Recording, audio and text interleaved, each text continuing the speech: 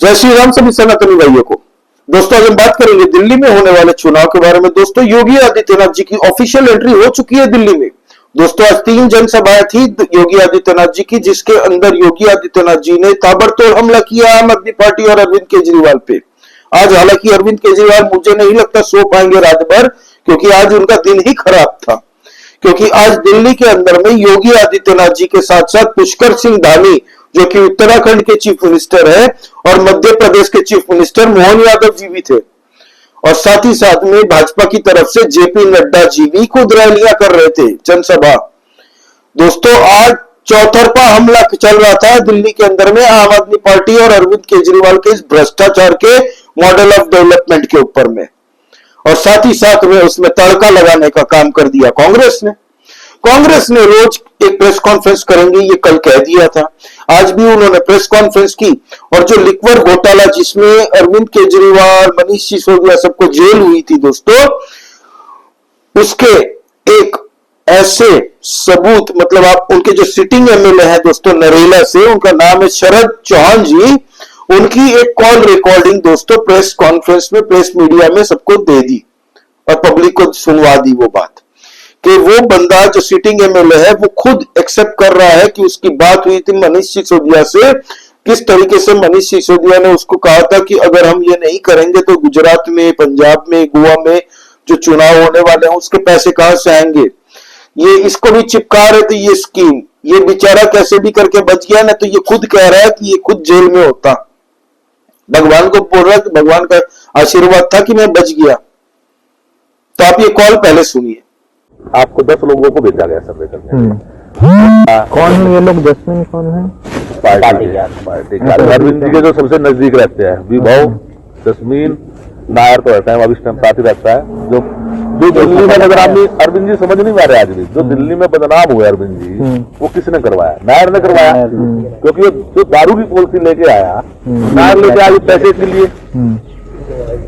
ये जो चुनाव देखो पब्लिक सब समझती है, मैं तो पार्टी में रहा हूँ आज भी हम कि अंदर हम पब्लिक की सोच पूछे ना यार। दारू, मैं मनीष जी को जब दारू पॉलिसी ला रहे थे ना, मैं मनीष जी के साथ बैठा था, मैं सर इसको रहने दो, जो नेगेटिविटी फैलाएगी क्षेत्र में। कह रहा यार तुझे क्या पता, पार्टी को पैसे भी चाहिए होते हैं, कहां से आओगे, इतने स्टेटों में चुनाव है, कैसे लड़ोगे। तो यार कहीं ना कहीं मेरे से तो यहां तक कहा था तू भी कर ले, सेटलमेंट तेरे भी खुल जाएगा, बड़ुआ कंपनी ये वो बात बच गया था। तो नेक्स्ट टाइम तो बना लिया था प्लान, बना लिया था मन्ना राजेश ने मिलकर कि भाई अपने बना का बना, मैं तो बच गया। पैर भगवान का शुक्र हुआ ना, हम भी आज जेल में होते दारू केस में। तो ये नायर ने एक पॉलिसी बनाई ऐसे करके, ऐसे ऐसे उस टाइम गुजरात चुनाव में लड़ा, पैसा तो इतना थोड़ी था। गोवा के हाथ चुनाव लड़ा उन्होंने पूरा, पंजाब दिल्ली में है, पैसा कहां से था? पैसा तो सभी इन्हीं रास्तों से आया था। चलो अब तो पंजाब से आ रहा है इनके पास लगाने के लिए, अब तो पंजाब से लाया जा रहा है। तो सुना दोस्तों आपने, तो ये थी कॉल। अब इससे अरविंद केजरीवाल बौखला गया। अरविंद केजरीवाल डेवलपमेंट पे कोई बात नहीं कर रहा दोस्तों, उसके कोई भी सवाल पूछ तो नहीं रहा प्रेस कॉन्फ्रेंस में, खुद जा रहा है लेकिन जवाब नहीं दे रहा। वो 1-2 सवाल अपने ही लोगों को बैठा कर रखा, वो पूछता है और भागता ही है।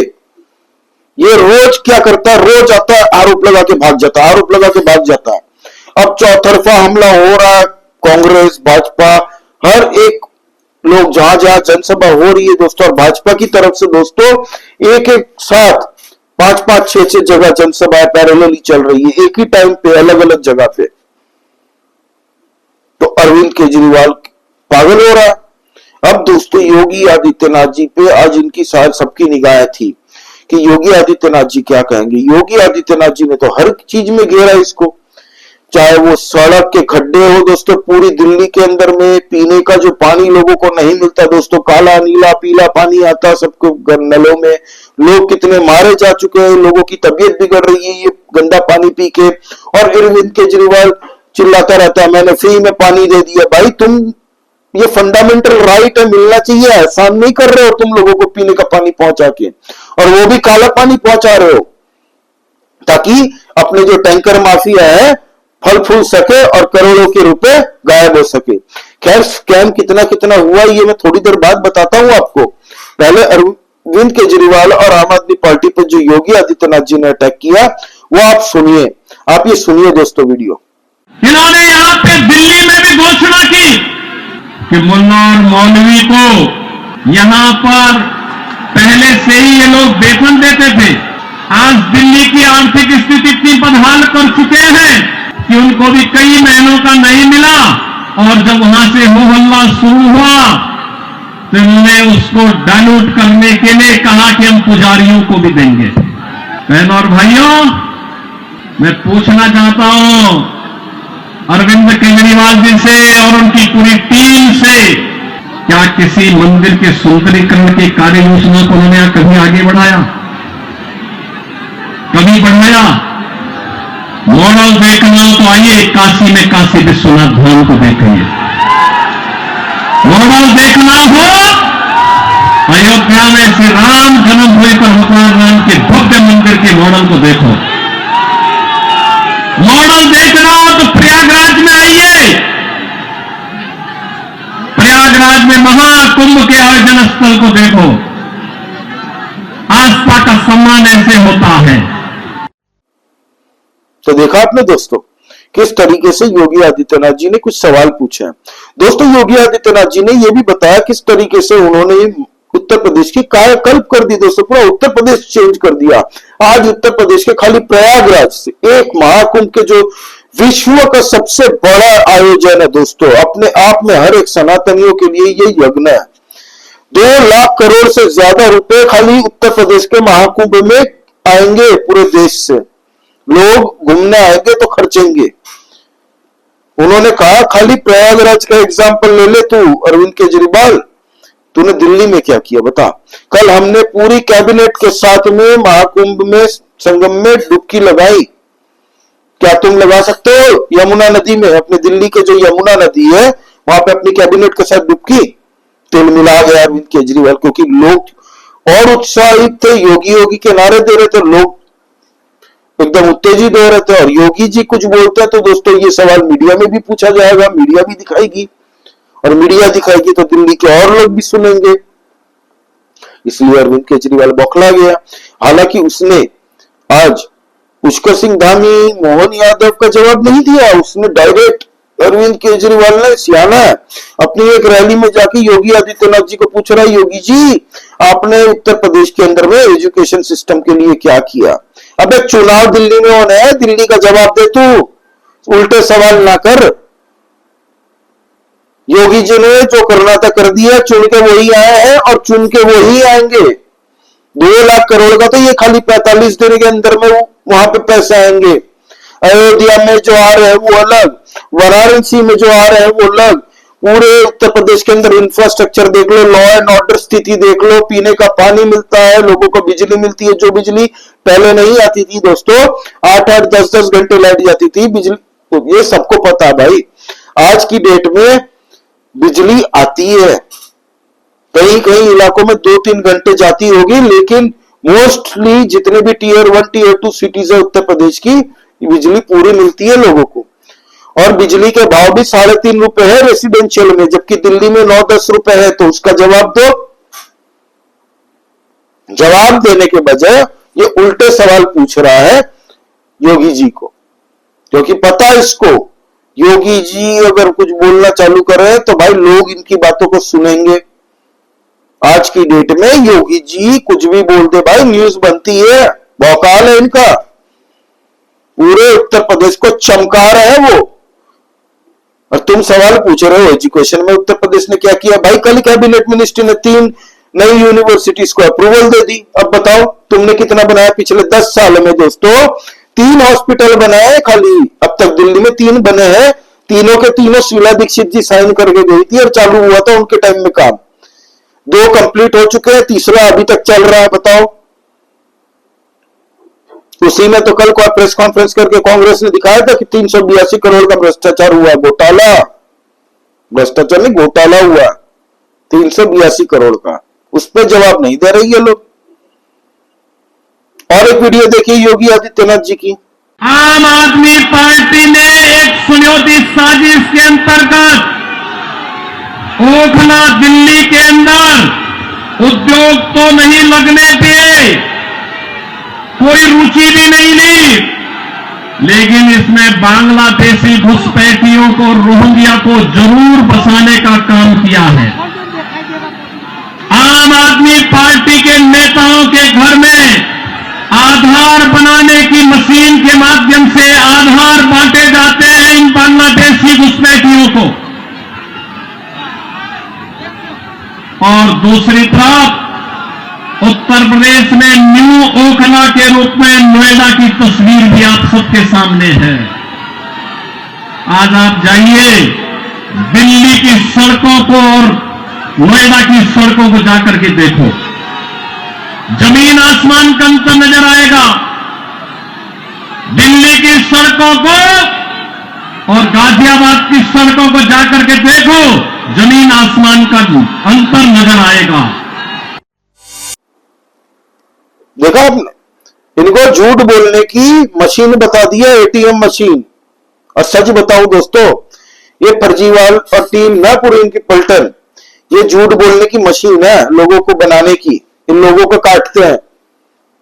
सच बताऊं तो दिल्ली के लोग इनको कैसे वोट देते थे ये नहीं पता अब तक। ये एक नासा भी शोध कर रहा है इसके ऊपर कि पीने का पानी अगर साफ नहीं आता तो कोई व्यक्ति फिर से 5 साल वही काला पानी पिएगा या बिस्लरी से खरीदेगा, बिस्लरी का खरीद के पिएगा, या फिर वाटर टैंकर माफिया को पैसे देके खरीदेगा, पता नहीं भाई।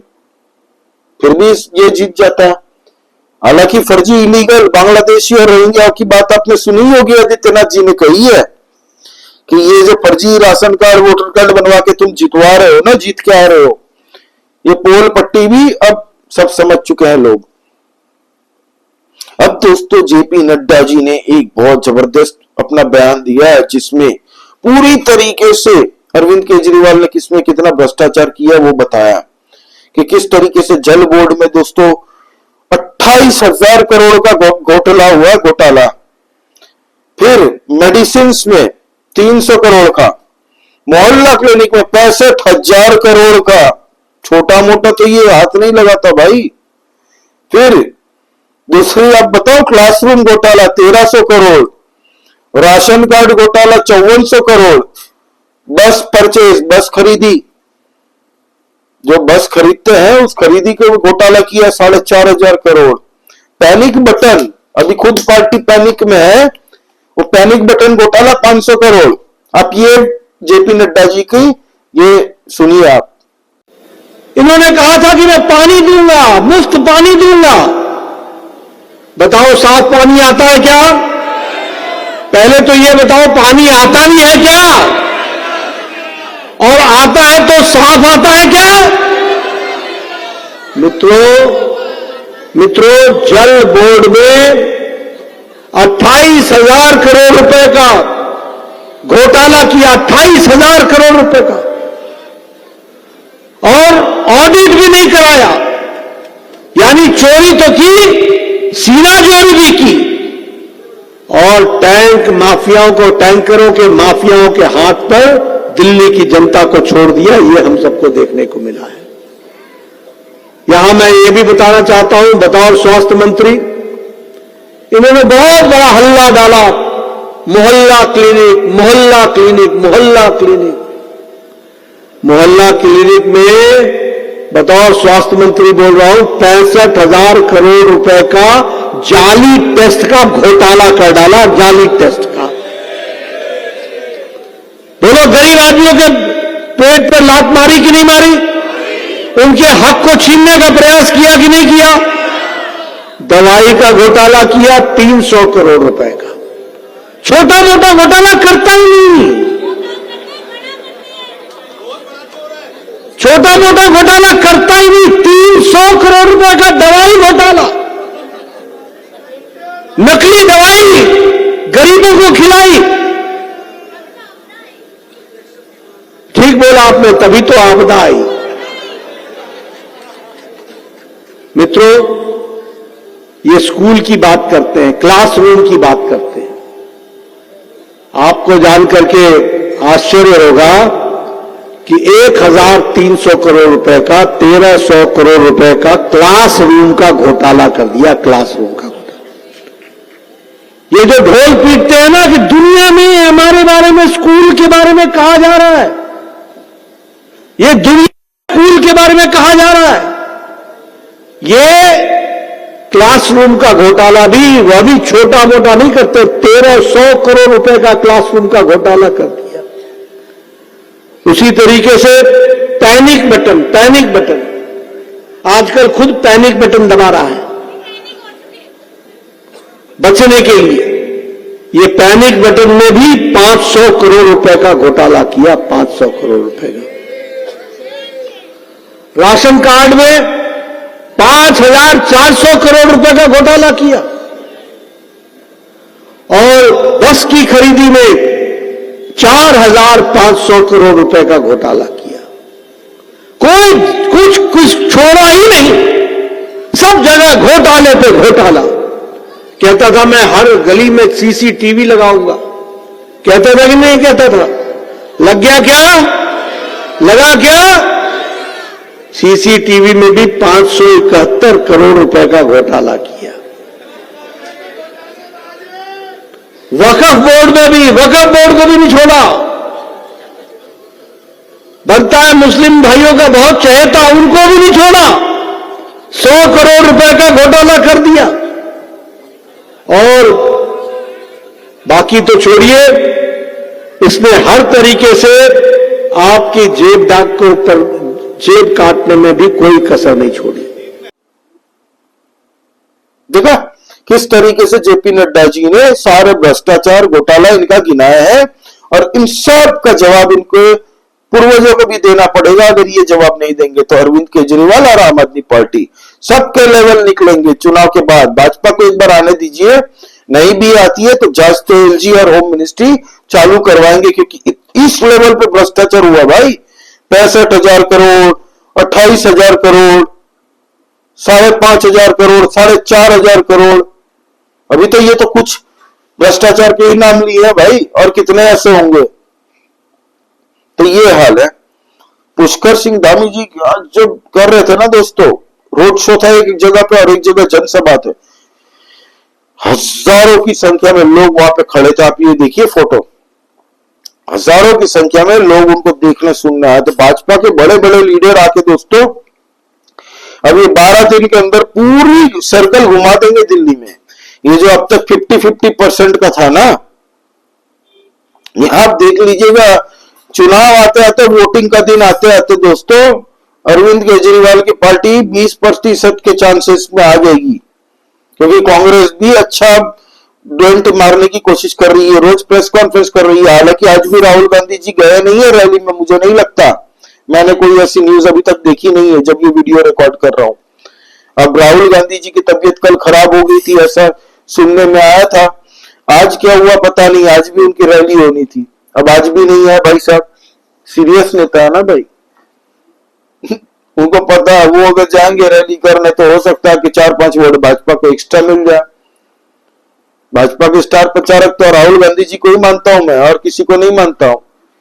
सेकेंडरी आते हैं मोदी जी और योगी जी, प्राइमरी तो भाई राहुल गांधी ही मुझे लगता है।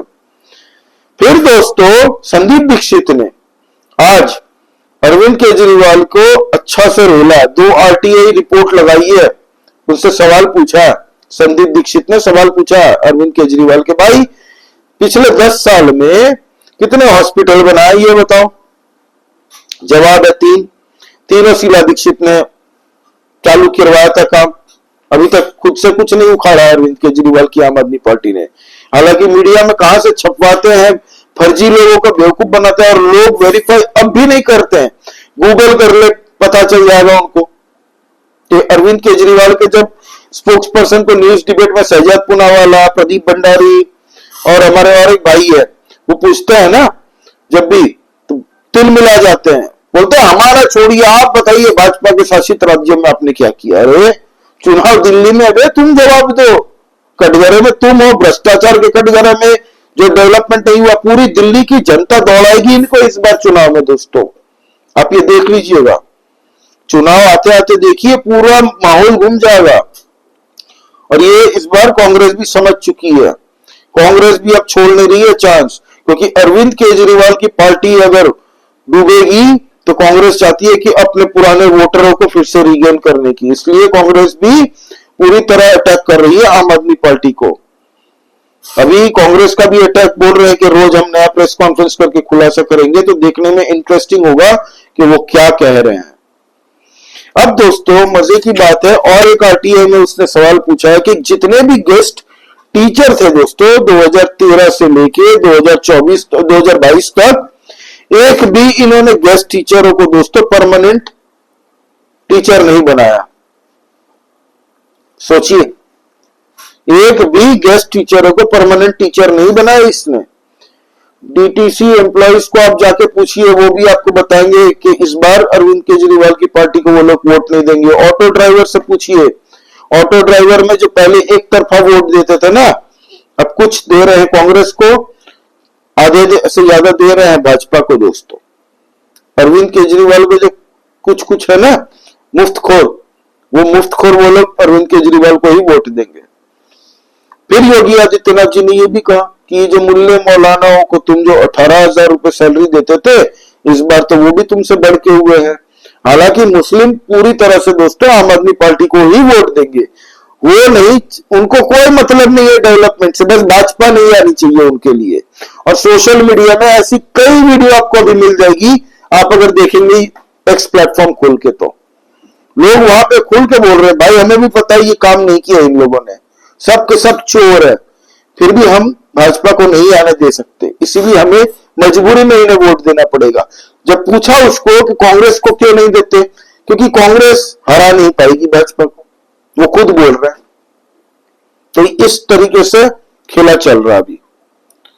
तो ये था दोस्तों पूरा आज का पूरे दिन का जो समरी है, ये थी योगी आदित्यनाथ जी वर्सेस केजरीवाल। अब एक तरीके से दिख रहा है हमें दिल्ली में हो रहा है, ये आइडेंटिटी की कलेश हो रही है। और योगी आदित्यनाथ जी जब जाते हैं तो आपको पता है कई आम आदमी पार्टी के कार्यकर्ता भी उनके फैन होंगे। परवेश वर्मा जी ने तो नाक में दम कर रखा है, न्यू दिल्ली में 100% इस बार भाजपा आ रही है दोस्तों। न्यू दिल्ली में अरविंद केजरीवाल के चांसेस नहीं लग रहे हैं, ये शायद उसने खुद ने भी सोच लिया, पता चल गया होगा उसको। जहां जा रहा है लोग भगा रहे हैं, लोग सुनने नहीं आ रहे उनको। और परवेश वर्मा के खौफ इतना है अभी, परवेश वर्मा सुबह से लेके शाम तक इसको न्यू दिल्ली सीट में ही घेरना चाहता है। हालांकि अरविंद केजरीवाल भी रोज अब 2-3 जनसभा कर रहा है, क्योंकि उसको पता वो अकेला ही है उसकी पार्टी में, उसको ही जाना पड़ेगा 2-3 जनसभा अटेंड करने। बाकी भाजपा की तरफ अगर देखें तो भाजपा के सारे स्टार प्रचारक एक ही टाइम में एक ही साथ 8-8, 6-6, 5-5 जगह में रैली कर रहे हैं, तो पूरी दिल्ली को एक हफ्ते से ज्यादा टाइम नहीं लगेगा, कवर कर लेंगे भाजपा वाले।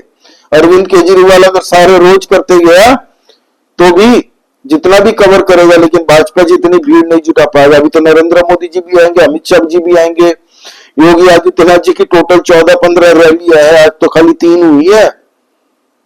मोहन यादव जी भी है, हेमंत बिस्वा शर्मा भी आएंगे।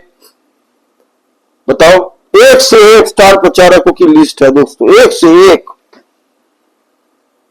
और इस बार लोगों का मूड चेंज हो चुका है, लोग परिवर्तन चाहती है दिल्ली में, सबसे बड़ी बात यह है। और इस बार अगर भाजपा मौके पे चौका इस बार ही मार सकती है। ये फ्रॉडिया अभी भी बोलता है, रोज नई पॉलिसी लाता है, सुबह मैं आने के बाद ये करूंगा वो करूंगा। भाई 11 साल से तूने क्या उखाड़ा, तूने क्यों नहीं किया? रोज मैं आऊंगा तब ये करूंगा, मैं आऊंगा तो वो करूंगा, तूने किया 11 साल?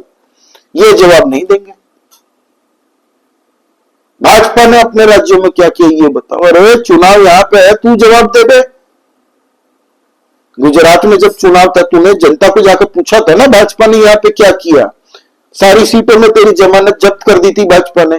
फिर हरियाणा में चुनाव लड़ने गया था तू, वहां पे पूछ रहा था कि भाजपा ने बताओ दोस्तों 10 साल में क्या किया। वहां पे सारी की सारी सीटों पर जमानत जब्त हो गई इनकी। वर्ल्ड रिकॉर्ड बनाया है भाई साहब ने, अरविंद केजरीवाल ने चुनाव हारने का वर्ल्ड रिकॉर्ड बनाया, सीटें जमानत जब्त करने का। तो ये थी आज की समरी दोस्तों। आप प्लीज सब्सक्राइब करिए भारी मात्रा में इस चैनल को दोस्तों, नया चैनल है, आप लोगों की सपोर्ट की बहुत आवश्यकता है। लाइक कीजिए इस वीडियो को दोस्तों, प्लीज कमेंट करके बताइए आपको क्या लगता है आज की पूरी जो इवेंट हुआ है दिल्ली के अंदर में, इसके बाद भाजपा का पलड़ा भारी है या आम आदमी पार्टी का आपको दिख रहा है। जय श्री राम सभी सनातनी भाइयों को, जय हिंद, वंदे मातरम।